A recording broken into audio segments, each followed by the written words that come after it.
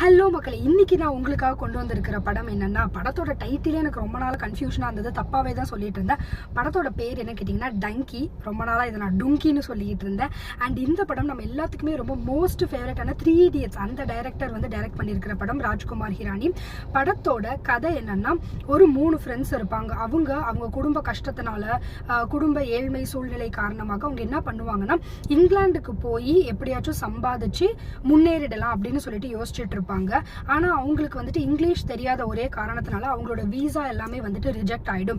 So reject ஆனதுனால அவங்களுக்கு என்ன பண்றதுன்னு தெரியாது. ஸோ அடுத்தது அவங்க ஐடியா என்ன சொல்லுவாங்கன்னா, இந்த மாதிரி திருட்டுத்தனமாலாம் வந்து இங்கிலாந்துக்கு போகலாம்னு சொல்லிட்டு நிறைய காசு பணத்தெல்லாம் வீண் கூட அடிப்பாங்க.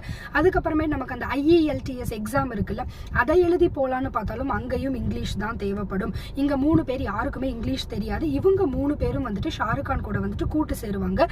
ஸோ ஷாருக் கான் கூட சேர்ந்து அவரு ப்ராமிஸ் பண்ணுவார், நான் உங்களை வந்துட்டு இங்கிலாந்துக்கு கூட்டிட்டு போறேன்னு. ஸோ அவங்க ஃபைனலா இங்கிலாந்து கூட்டிட்டு போனாங்களா இல்லையா, வீசாவே இல்லாம எப்படி திருட்டுத்தனமா அவங்க வந்துட்டு போறாங்க. போகும்போது சில காமெடிஸ், நிறைய எமோஷன்ஸ், நிறைய இடத்துல ரொம்ப கஷ்டமாவும் இருக்கும், பயங்கர ஃபீலிங்கா இருக்கும். ஸோ எல்லா எமோஷனுமே கலந்த படம் தான் இது. Like it's a kind of ஒரு ஃபீல் குட் மூவி. அந்த மாதிரி கட்டாயம் எல்லாருமே இந்த படத்தை பார்க்கலாம். கொஞ்சம் ஜாலியாகவும் இருக்கும்.